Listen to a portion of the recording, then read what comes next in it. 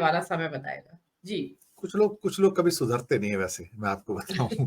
ये वो उनका डीएनए में जो ऐसा है, वो सुधरने वालों में से बिल्कुल भी नहीं है। लेकिन हाँ, इस बीच सुजाता जी भी जुड़ रही हैं। सुजाता जी, आपको कुछ जल्दी जाना है या कुछ टाइम की कोई बंदिश तो नहीं है ना? नहीं, आप है कोई ना? प्रॉब्लम नहीं।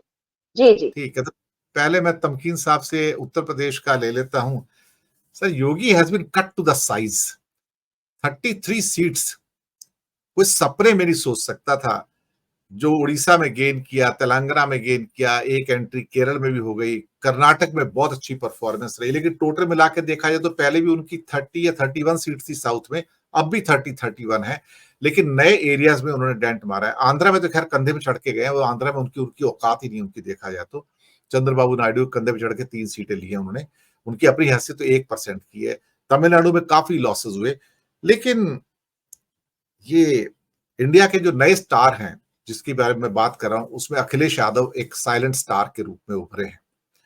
मैं उसको दूसरे चक्र में कुछ आपको मैं डिटेल्स ऐसे बताऊंगा कि जहां पर मैं आपको बताऊंगा कि क्यों तेजस्वी यादव लगातार फेल हो रहे हैं और क्यों अखिलेश यादव धीरे धीरे तप कर बाहर निकल रहे हैं।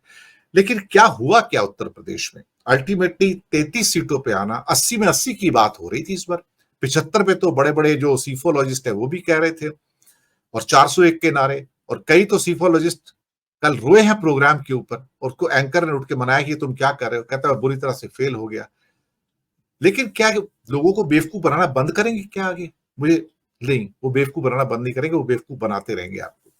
लेकिन ये योगी राज में हुआ क्या, ऐसा कुछ बताइए। उत्तर प्रदेश बहुत बड़ा चमत्कार है। हालांकि उत्तर प्रदेश जैसा ही चमत्कार तमिलनाडु भी है। 39 आउट ऑफ 39, इंक्लूडिंग क्या कहते हैं पौंडीचेरी, 40 आउट ऑफ 40 है। This is one of the, you can say, sweeping एक स्टेटमेंट दिया है साउथ में तमिलनाडु ने, जो बहुत बड़ा है। और मेरे आज एपिसोड्स आए हैं उसके ऊपर। न्यूज लॉन्चर पे भी एपिसोड है तमिलनाडु में 16-17 मिनट का, और मेरे चैनल पे भी 11-12 मिनट का है एक्चुअली, कि तमिलनाडु में क्या हुआ। तमकीन फयाज साहब, यूपी में क्या हुआ? अनम्यूट कर लीजिए। बहुत शुक्रिया। देखिए वोरा जी, आपने उत्तर प्रदेश की बात की, तो यहाँ पे टारगेट था, जिस तरीके से देश भर में भाजपा ने 400 पार का टारगेट रखा था, यहाँ 80 आउट ऑफ 80, यानी 80 सीटों में से 80 का टारगेट था। और केवल टारगेट ही नहीं था, बल्कि पूरी तैयारियां थी। खासकर 2019 में जब समाजवादी पार्टी और बहुजन समाज पार्टी जैसे दो बड़े दलों से, जो कि सबसे ज्यादा वोट शेयर और उसका दावा करते हैं, न कि सिर्फ बल्कि उस पर काबिज हैं एक तरीके से, बहुजन समाज पार्टी और सपा, इनके गठबंधन के बाद तो ये हर आदमी समझता था कि 2019 में स्वीप होगा और केंद्र की सरकार हिल जाएगी, क्योंकि ये एक लिखी पड़ी बात है। और शायद एक बार फिर साबित हुआ कि केंद्र का रास्ता जाता तो उत्तर प्रदेश से ही है। तो उत्तर प्रदेश ने ही प्रूव किया, अगर कहीं कोई स्पीड ब्रेकर आया है तो यहीं पे आया है। अब जब 2019 के कंपेयर करके आप देखें, और इलेक्शन की कैंपेनिंग जब शुरू हुई थी, उस टाइम तक आपको कोई भी मुकाबले पर नजर नहीं आ रहा था, कहीं से कहीं तक, दूर से दूर तक नजर नहीं आ रहा था। खासकर जबकि बहुजन समाज पार्टी ने अपना रास्ता अलग चुन लिया, तो कांग्रेस और समाजवादी पार्टी का गठबंधन कोई कमाल करके दिखाएगा, ये नहीं समझ सकते थे लोग, और इतना करेगा ये तो बिल्कुल नहीं। तो हकीकत भी यही है कि अगर ये कहें कि कमाल किसने किया है, तो जो मीनू जी कह रही थी, कमाल किसी ने नहीं किया है, जनता ने किया है। और जनता ने ही, आप यूं करके समझ लीजिए कि जैसे अपने हाथ में कमांड ले रखी, और कुछ भी नहीं देखा है, ना कैंडिडेट देखा है, ना दल देखा है, ना कांग्रेस देखी है, ना समाजवादी पार्टी है, ना अखिलेश देखा है, ना किसी का भाषण सुना है, कुछ नहीं। मैं रामपुर की बात करूं, अगर रामपुर में एक मौलाना मोहिबुल्ला को कैंडिडेट बनाया था समाजवादी पार्टी ने, तो वो यहाँ पर आए बिल्कुल इलेक्शन स्टार्ट होने के भी मतलब आप ये समझिए रमजानों के बाद फर्स्ट फेज के यहाँ पर वोटिंग थी, तो मुश्किल से 1-2 हफ्ते का टाइम था उनके पास और यहाँ पर एक भी उनकी सपोर्ट में कोई स्टार कैंपेनर नहीं आया ही नहीं।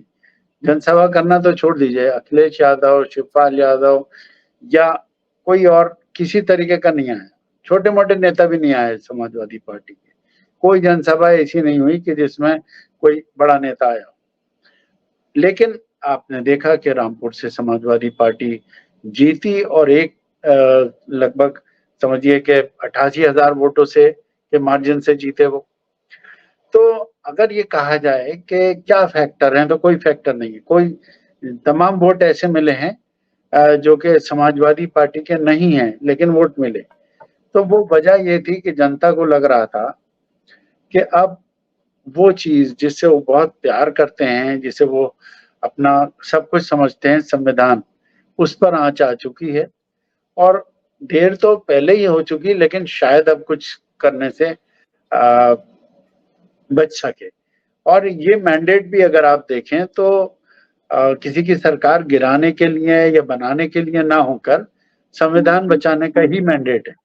आज कंडीशन ये है कि सरकार भले ही मोदी जी की बने या भारतीय जनता पार्टी के कोई और कैंडिडेट पीएम के लिए आते हैं, क्या होता है ये तो परिस्थितियां बताएंगी किसकी बनेगी किसकी नहीं बनेगी। लेकिन वो जो एक तानाशाही वाला दौर था, वो जहां लगता था कि सुप्रीम कोर्ट बौना हो गया, जहां पर रीढ़ की हड्डी तमाम दूसरी संस्थाओं की जाती रही थी, अब कम से कम लगेगा कि वो कानून जो कि किताबों में रखा है, उनकी स्याही अब गहरा गई है। एक बार फिर उनको फॉलो करना पड़ेगा, चाहे किसी की भी सरकार आए, चाहे इंडिया गठबंधन की सरकार आए और या दूसरी सरकार आए। अब कम से कम वो कुछ नहीं हो पाएगा जिसके लिए लोग एप्रीहेंशन कर रहे थे और डर रहे थे, खौफ में थे। तो ऐसा नहीं है कि कोई ऐसा बड़ा बदलाव नहीं हुआ। ये बहुत बड़ी बात है जो इस चुनाव में तय की गई। और देखिए उत्तर प्रदेश में एक और पहलू है जो कि अभी तक लोग नहीं समझ पाए, हालांकि बहुत मामूली सी शुरुआत है, और वो है आजाद समाज पार्टी के चंद्रशेखर रमन। वो एक सीट पे लड़े, उनकी सीट का पर सबसे ज्यादा उनको हराने के लिए भारतीय जनता पार्टी का मुकाबला था उनसे। ऐसा भी नहीं कह सकते, सबसे ज्यादा उनका विरोध किया समाजवादी पार्टी ने, सबसे ज्यादा उनका विरोध किया बहुजन समाज पार्टी ने। कोई भी किसी कीमत पे, चाहे वो मायावती जी हो या अखिलेश यादव, वो नहीं चाहते थे कि आजाद समाज पार्टी के चंद्रशेखर, जो कि दलित समाज के उभरते हुए चेहरे, उनको मौका मिले पार्लियामेंट तक वो पहुंच पाए। और देखिए नतीजा क्या हुआ कि वो बहुजन समाज पार्टी जो कि अकेले दम पर चुनाव लड़ी और लड़ने का दावा कर रही थी, और उसका एक अपना एक बहुत बड़ा वोट बेस है, उसको एक भी सीट नहीं मिली, एक भी। और आजाद समाज पार्टी एक सीट पर लड़ी और एक पे जीती, यानी 100% स्ट्राइक रेट है।